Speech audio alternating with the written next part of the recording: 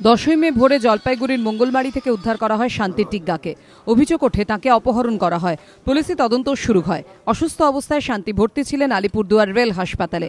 হাসপাতাল সূত্রে খবর, মঙ্গলবার বিকেলে বন্ধ ঘরের দরজা ভেঙে উদ্ধার হয় শান্তির ঝুলন্ত দেহ। তার নিরাপত্তায় মোতায়েন ছিল রাজ্য পুলিশ। তাও কিভাবে এই ঘটনা ঘটল তা নিয়ে প্রশ্ন তুলেছেন তার ভাই। এখানে টোটালি প্রশাসনিক গাফিলতি, নেগলেক্ট করেছে, টোটালি গাফিলতি নেগলেক্ট।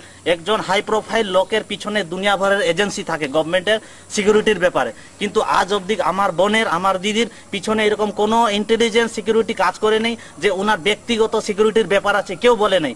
যদিও আলিপুরদুয়ারের অতিরিক্ত পুলিশ সুপার জানিয়েছেন, গত কয়েকদিনে কে বা কারা শান্তির সঙ্গে হাসপাতালে দেখা করতে এসেছিলেন তা খতিয়ে দেখা হচ্ছে।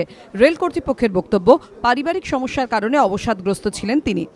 मैक्सिमम जितना अटेंशन हो सकता था उन्होंने ट्रीटमेंट के लिए यहाँ आना चाहा, हम लोग ने रेफर करके आए। उस सिलसिले में हम लोगों से जितना बन पाया हम लोगों ने किया। अब इंटरनल उनका क्या समस्या था, जो उनकी पारिवारिक समस्या थी या कोई और समस्या थी, उसके बारे में मुझे कोई जानकारी नहीं। अगर कोई जानकारी आती है तो मैं आपको बताऊंगा। এটা তদন্ত করে জানা যাবে কেন সুসাইড করেছে, আজ সারা দিন কে কে ঘুরতে এসেছিল, ওনার সাথে কে কে কথা বলেছে, এটা আমরা ইনকোয়ারি করতে তদন্ত করে। কোনো সুসাইড নোট কিছু পাওয়া গেছে? এখন অবধি পাওয়া যায়নি।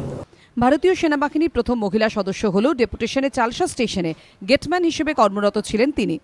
শান্তি টিগ্গাকে শুক্রবার ভোরে জলপাইগুড়ির মঙ্গলবাড়ি এলাকা থেকে বেহুশ অবস্থায় উদ্ধার করে পুলিশ। উদ্ধারের সময় তার হাত পা বাঁধা ছিল।